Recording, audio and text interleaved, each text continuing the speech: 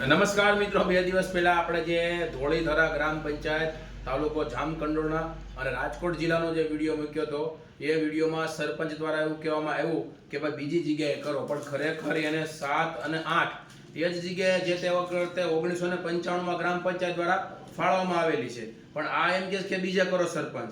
એમાં અમુકને 3 ફદિયાઓને કંઈ ખબર ન હોય અને કહેતા હોય કે સરપંચ સાચા છે અને સરપંચ આમ છે. સરપંચ સાચા હોય તો કાયદેસર છે એ ખરેખર એને મળેલી છે જમીન એ જ માંગે છે. અને ઘણા એમ કે સંવિધાન હિસાબે તમે બોલો છો અને સંવિધાન હિસાબે ઉડો છો. તો ભાઈ સંવિધાન હિસાબે જે પાટીદાર ઉપર ગંભીર કેસો હતા એ તો સંવિધાન હિસાબે હટાવી લીધા, જ્યારે SC ST OBC સમાજ માટે કેમ કેસ ન હટાવ્યા?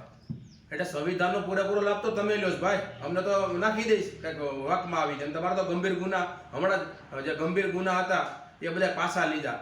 આવો બનાવ SC ST OBC સમાજવાળા નથી બન્યો. એટલે સંવિધાનનો તો પૂરેપૂરો તમે લાભ લ્યો છો અને સરપંચ જ આમાં ખોટો છે. જમીન એ મળી છે એ જ જમીન. અને મેં જેને ગ્રામ પંચાયતના લોકો, અનુસૂચિત જાતિના સમાજના લોકો છે એની જોડે વાત કરી, એનો ઓડિયો પણ તમે સાંભળો મિત્રો. હેલો. નમસ્તે ભરતભાઈ. નમસ્કાર. આપણે જોડી રાખીને બોલું, કાલે વાત થઈ ને? બોલો. હા, એટલે મામલતદારે બોલાવ્યા છે તો અમે જાય છીએ. બરાબર?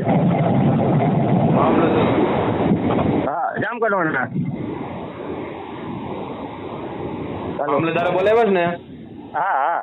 વિગતવાર રજૂઆત કરવાની અને એને કહેવાનું કે સાહેબ આ જે તે વખતે ઠરાવમાં અમને આપેલું છે, તેમ છતાં એમ કે 7મા નંબરનો તમારો છે અને 8મા નંબરમાં તમે કરો, અને એની પાસે કોઈ પણ પુરાવા ના હોવા છતાં ખોટી નાગાઈ કરવાના ધંધા કરે છે કે અમારી સામે ન હોય તો એ કાંઈ સરકારી જમીન હોય એને મળેલી ન હોવા છતાં પણ, અને એ જમીન ગ્રામ પંચાયત લેવલથી તમને મળી ગઈ છે એટલે ભાઈ તમે મને પ્રૂફ મોકલ્યા એ જ છે ને? હા, એ જ છે. હા, રેડી. અને એની પાસે મેં એને ખાલી પૂછ્યું તો એની પાસે કોઈ પ્રૂફ નથી. કોઈ વસ્તુ નથી સાહેબ. અને બીજા નંબરમાં કે પોતાની સત્તા ઉપર, જયેશભાઈની સત્તા ઉપર પોતે દબાણ કરે અમને.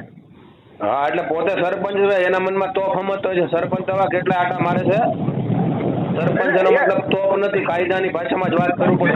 ભારતનો કોઈ પણ નાગરિક હોય, પણ આ થોડોક હોવારો તો એને ચડાવી દીધો છે વ્યવસ્થિત.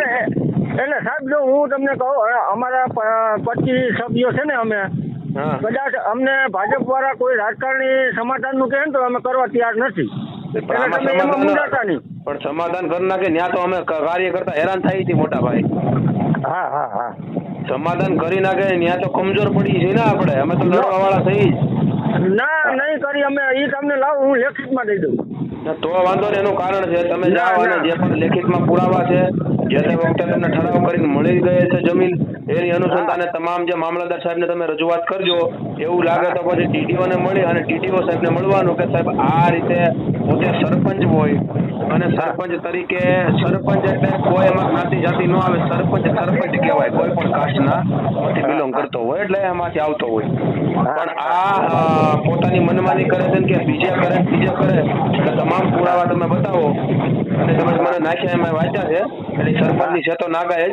પણ કાંઈ વાંધો નહીં, તમે મામલતદારને મળી લ્યો. મામલતદાર શું કહે છે, કઈ રીતની વાત થાય છે. અને સાહેબ હું તમને આજ દિવસનો હમણાં અહીંથી જઈને પાછો હું તમને અમારા જે રસ્તા છે ને બધા વાસના, આપણા દરેક સમાજ જે રહે છે ને ત્યાં રસ્તો એકેય રોડ નથી સાહેબ. આજ 10-15 વર્ષ થયા રોડ નથી બન્યા અને ગામમાં બધા પાકા રોડ. એટલે જાતિવાદી તો લાગે છે એમ ને? હા, પૂરેપૂરો સાહેબ. સમજાઈ ગયો. એટલે હું તમને એને દિવસના હમણાં ત્યાં શું જવાબ દે શૂટિંગ હું કરી લઈશ તમ તાર. કાંઈ વાંધો નહીં, જરાક જાણી લ્યો હું કહે છે હું નહીં, પછી મને એવું લાગે તો કોલ કરજો.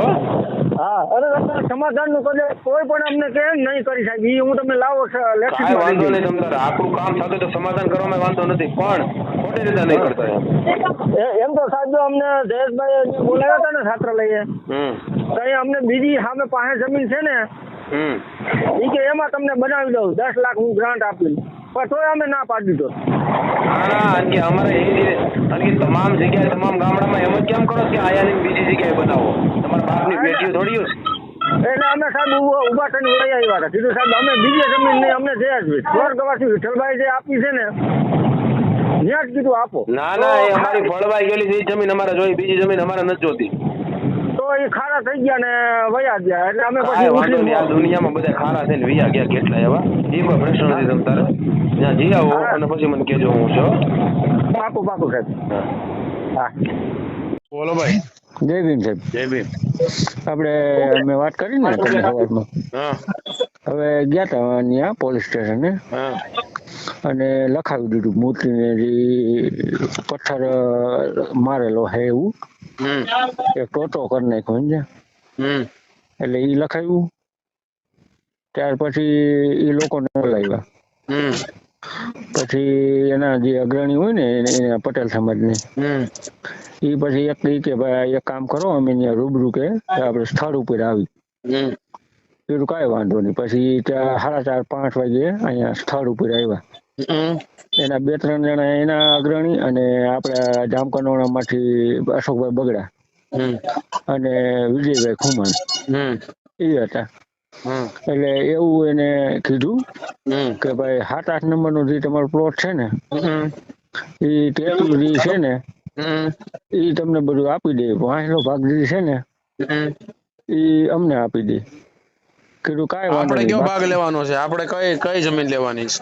આપણે 7-8 નંબરનો જે પ્લોટ આપણે સ્વર્ગવાસી વિઠ્ઠલભાઈ આપ્યો ને એ જ આપણે લેવાનો. આપણે બીજું નથી જોતું. હા પછી શું થયું? તો એના અગ્રણીઓ એને કીધું સુરેશભાઈ ને કે ભાઈ આવી રીતે આને તમારે દેવું પડે. એને હુકમ ને એને બધું એની પાસે છે. તો તું આડો પગ ન કરી. સમજાઈ ગયું. તો કે 2 દીનો ટાઈમ આપો પછી આપણે 2 દી પછી જવાબ દેવું એવું કીધું. એટલે એવું થયું છે.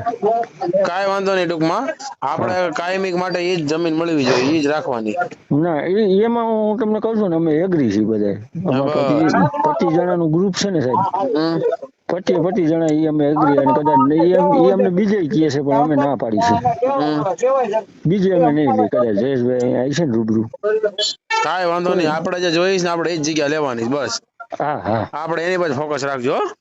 ના એ ફાઇનલ. એ સારું, વાંધો નહીં. ભલે.